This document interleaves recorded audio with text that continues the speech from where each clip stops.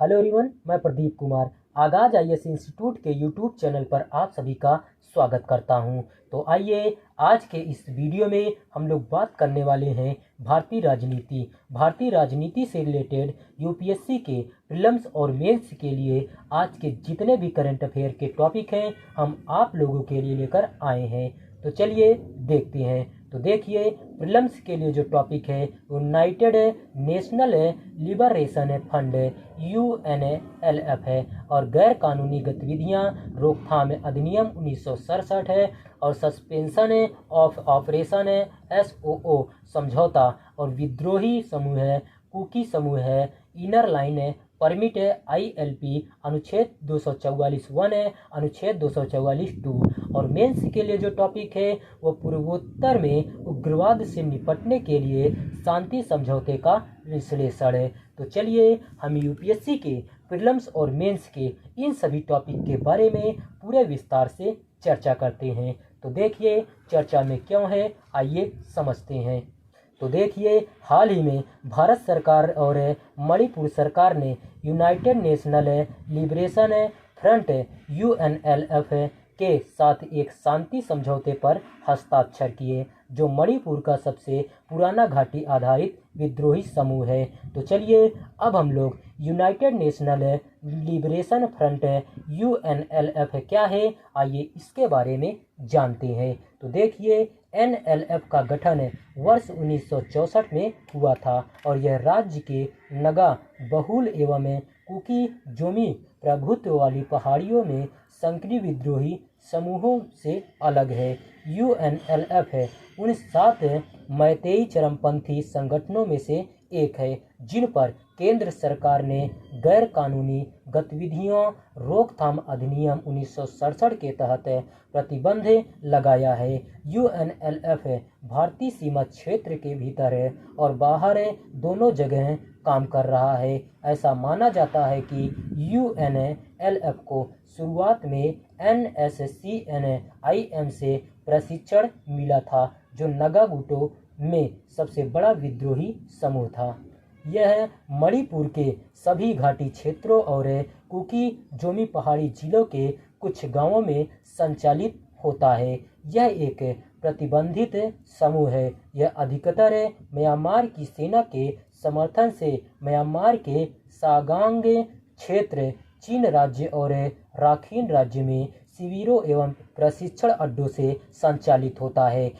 तो चलिए अब हम लोग शांति समझौते का उद्देश्य क्या है, आइए इसके बारे में जानते हैं। तो देखिए, इस समझौते से विशेष रूप से मणिपुर और उत्तर पूर्व क्षेत्र में शांति के एक नए युग की शुरुआत में उल्लेखनीय वृद्धि होने की उम्मीद है। यह पहला उदाहरण है कि जहां घाटी के एक मणिपुरी सशस्त्र समूह ने भारत के संविधान का सम्मान करने और देश के कानूनों का पालन करने की प्रतिबद्धता जताते हुए हिंसा को त्यागने, समाज की मुख्य धारा में लौटने का फैसला किया है। यह समझौता न केवल यूएनएलएफ और सुरक्षा बलों के बीच शत्रुता को समाप्त करेगा, जिसने विगत 5 दशक में अधिक समय में दोनों पक्षों के बहुमूल्य जीवन जीने का दावा किया है, बल्कि समुदाय की दीर्घकालिक चिंताओं को दूर करने का अवसर भी प्रदान करेगा। यूएनएलएफ की मुख्य धारा में वापसी से घाटी स्थित अन्य सशस्त्र समूहों को भी शांति प्रक्रिया में भाग लेने के लिए प्रोत्साहन मिलेगा। सहमत जमीनी नियमों के कार्यान्वयन की निगरानी के लिए एक शांति निगरानी समिति पीएमसी का गठन किया जाएगा। तो चलिए अब हम लोग मणिपुर के अन्य उग्रवादी समूह के बारे में जानते हैं। तो देखिए, मणिपुर के कई अन्य विद्रोही समूह हैं। कांगलेइपक कम्युनिस्ट पार्टी केसीपी और पीपुल्स लिबरेशन आर्मी पीएलए और Kanglei Yawol Kanna Lup people's revolutionary party of Kangleipak और national socialist council of Nagaland और खॉपलॉन्ग। 2008 में केंद्र सरकार मणिपुर राज्य और कुकी जोमी क्षेत्र के विद्रोही समूह को शामिल करते हुए एक त्रिपक्षीय सस्पेंशन ऑफ ऑपरेशन SOO समझौता स्थापित किया गया था। तो चलिए अब हम लोग सस्पेंशन ऑफ ऑपरेशंस SOO संधि क्या है, आइए इसके बारे में जानते हैं। तो देखिए, कुकी के साथ SOO समझौते पर वर्ष 2008 में भारत सरकार और मणिपुर व नागालैंड के पूर्वोत्तर राज्यों में सक्रिय विभिन्न कुकी आतंकवादी समूहों के बीच युद्ध विराम समझौते के रूप में हस्ताक्षर किए गए थे। समझौते के तहत कुकी आतंकवादी समूह हिंसक गतिविधियों को बंद करने और निगरानी के लिए निर्दिष्ट शिविरों में सुरक्षा बलों के आने पर सहमत हुई। इसके बदले में भारत सरकार कुकी समूहों के खिलाफ अपने अभियान को निलंबित करने पर सहमत हुई। संयुक्त निगरानी समूह JMG समझौते के प्रभावी कार्यान्वयन की देखरेख करता है। राज्य और केंद्रीय बलों सहित सुरक्षा बल व भूमिगत समूह अभियान शुरू नहीं कर सकते। तो चलिए अब हम लोग विद्रोही समूहों से निपटने के लिए प्रशासनिक व्यवस्थाएं क्या है, आइए इसके बारे में जानते हैं। सबसे पहले हम लोग पूर्वोत्तर क्षेत्र विकास मंत्रालय के बारे में देखते हैं। तो देखिए, यह क्षेत्र के सामाजिक आर्थिक विकास की गति को तेज करने के लिए पूर्वोत्तर क्षेत्र में विकास योजनाओं और परियोजनाओं की योजना, कार्यान्वयन और निगरानी से संबंधित मामलों के लिए जिम्मेदार है।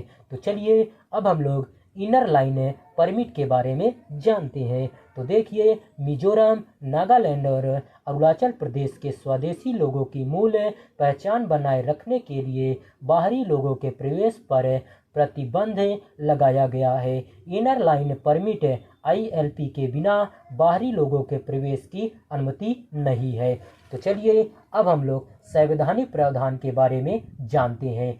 तो देखिए, इन प्रावधानों के अनुसरण में कार्बी आंगलोंग, खासी पहाड़ी जिले, चकमा जिले आदि जैसे विभिन्न जाति समूह की मांगों को पूरा करने के लिए विभिन्न स्वायत्त जिले बनाए गए हैं। अनुच्छेद 244(1) में प्रावधान है कि 5वीं अनुसूची के प्रावधान अनुसूचित क्षेत्रों और अनुसूचित जनजातियों के प्रशासन या नियंत्रण पर लागू होंगे। अनुच्छेद 244(2) में प्रावधान है कि 6वीं अनुसूची के प्रावधान इन राज्यों में स्वायत्त जिला परिषद बनाने के लिए असम, मेघालय, त्रिपुरा और मिजोरम राज्यों में अनुसूचित क्षेत्रों के प्रशासन या नियंत्रण पर लागू होंगे।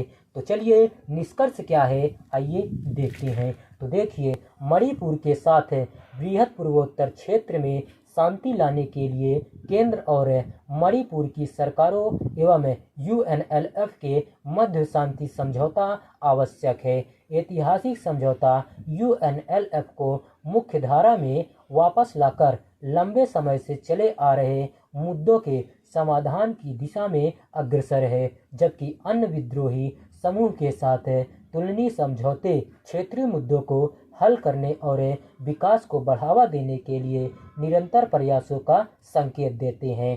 शांति निगरानी समिति जमीनी मानदंडों को बनाए रखने की प्रतिबद्धता की पुष्टि करता है।